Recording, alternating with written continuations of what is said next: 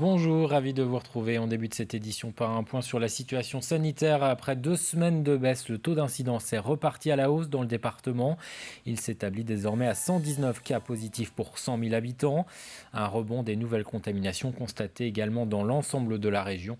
En Pays de la Loire, le taux d'incidence atteint 127 cas pour 100 000 habitants, un niveau qui n'avait pas été franchi depuis la fin mai. Quant au nombre d'hospitalisations, il continue de progresser avec dorénavant 220 patients pris en charge.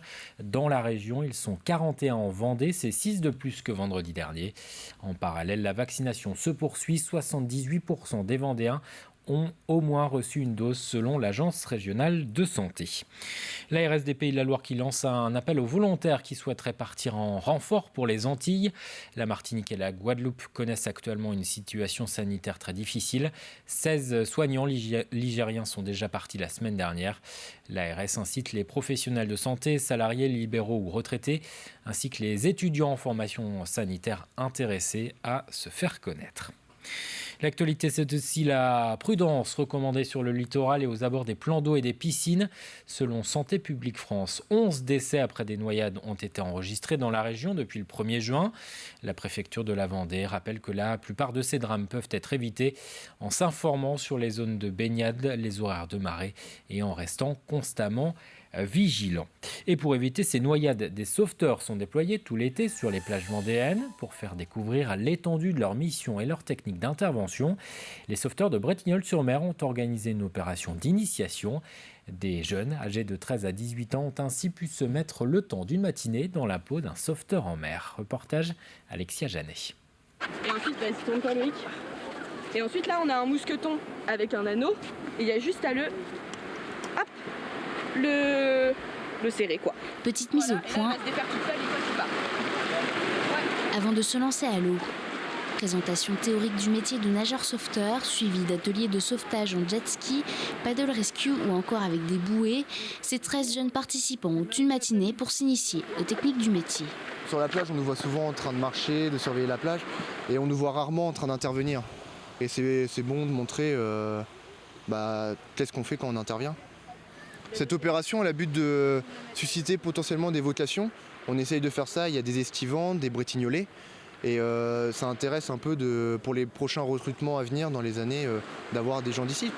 Savoir secourir une personne inconsciente ou sortir une victime de l'eau, par exemple. Des gestes qui peuvent servir dans la vie de tous les jours.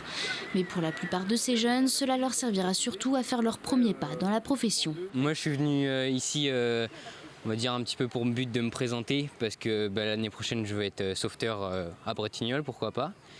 Et j'ai passé les diplômes pour, et puis voilà quoi. Le fait qu'on ait touché au milieu, comme vous avez dit, ça nous donne envie de le faire quoi. Je voulais déjà découvrir pour savoir ce que c'était et peut-être justement essayer de passer les formations plus tard. Je sais que je veux faire un truc pour aider les gens, donc là ça peut servir. L'exercice, c'est de voir toute la difficulté quand on a une personne dans l'eau. Essayer de la hisser sur le paddle. Un apprentissage sous le regard admiratif des parents et celui du responsable des plages. Sauveteur en mer, c'est vraiment l'aboutissement en fait, c'est long comme formation, c'est presque 200 heures de formation. Un métier en pleine responsabilité, un métier où on a les pieds dans l'eau toute la journée, on a des conditions de travail un petit peu idylliques. Mais c'est aussi un métier qui demande beaucoup de professionnalisme, beaucoup de lucidité, beaucoup de sang-froid, beaucoup d'aptitude physique. À la fin de la matinée, un insigne est remis aux participants. En attendant, pourquoi pas dans quelques années, le diplôme de sauveteur en mer.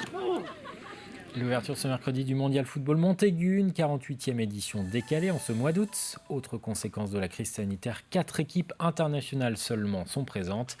Dans le challenge des clubs, 8 équipes dont Marseille, Nantes et une sélection vendéenne. C'était important, ne serait-ce que pour nos bénévoles, parce que malheureusement, comme dans beaucoup d'associations, notre population de bénévoles est plus près d'en haut que d'en bas, c'est-à-dire que plus près de 70 que de 25 ans. Donc on avait peur que si on ne relançait pas la deuxième édition, ça puisse poser des problèmes. Pour nos partenaires aussi, puis je pense qu'aussi pour le public. Moi je vais prendre mon cas personnel, je viens au match le dimanche à Montaigu, je n'ai pas vu de football depuis le mois d'octobre. Je discutais avec les jeunes de l'équipe de France et les filles d'Espagne hier soir, elles n'ont pas joué depuis 1 an et demi pratiquement. Donc il y a un besoin de retrouver le terrain, et pour les spectateurs, pour les joueurs, tout l'ensemble. Je pense que le plaisir aussi de se retrouver autour d'un terrain, je pense que ça va faire du bien.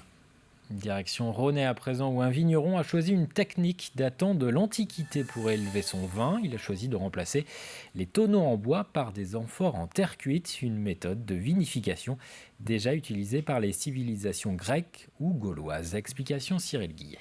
Ça c'est une amphore de Sauvignon pur, élevage 11 mois en amphore, un vin très minéral. Dans son chef, Frédéric Fagot a remplacé les traditionnelles barriques par des amphores. Une technique de vinification qui remonte à l'Antiquité. Donc là on peut voir qu'il y a un tube intérieur qui permet d'introduire le vin directement dans l'amphore et qu'autour c'est une bombe aseptique quoi, quelque part qui protège l'oxydation. Et bon, j'observe une vinification qui est complètement différente qu'en cuve. Ça n'a rien à voir, c'est des produits qui tirent plus sur le minéral, qui sont complètement différents. Une expérience pour se passionner a commencé par les cépages utilisés. 2 pour être exact, du Sauvignon blanc et du Pinot noir. J'ai des origines champenoises, parce qu'on a un vignoble en Champagne. Du coup, j'ai fait des Pinots noirs en blanc, c'est-à-dire un raisin noir pressuré en blanc. Donc comme le champagne quoi. Des cépages atypiques pour une technique de vinification tout aussi originale. Ces vins resteront entre 8 et 11 mois dans ces amphores en terre cuite et c'est grâce à elles que la magie opère. L'amphore est quelque part assez poreuse, donc il y a toujours des échanges qui se passent dedans. Je laisse les lits dedans, c'est-à-dire le dépôt qui appartient au vin qui se dépose tranquillement au fond de l'amphore. Dès qu'il y a des aléas climatiques, l'amphore vit, quoi, respire, quoi. Elle arrive à mettre en suspension toutes les lits que j'ai laissées dedans. Le vin est nourri en permanence, ça bouge sans arrêt. Je prends des petites pipettes, comme ça je fais une petite dégustation. Je prends les arômes. Élever du vin en amphore demande une attention quotidienne. Et comme dans les vignes, c'est la météo qui donne la mesure. Il y a des jours j'arrive, les vases d'expansion sont complètement vides. Il y a des jours j'arrive, ils sont pleins. C'est-à-dire qu'on observe un mouvement permanent. Ça donne pas mal d'arômes et on arrive à avoir des vins très très fins et très, très purs, quoi. Comme le reste de sa production, le vin issu de ces jarres sera mis en bouteille sur place. De cuvées d'exception vendues sous le nom d'Amphoria, ce qui représente 4000 bouteilles à consommer avec modération, bien entendu. C'est la fin de cette édition. Merci de votre attention. Très bon après-midi sur TV Vendée.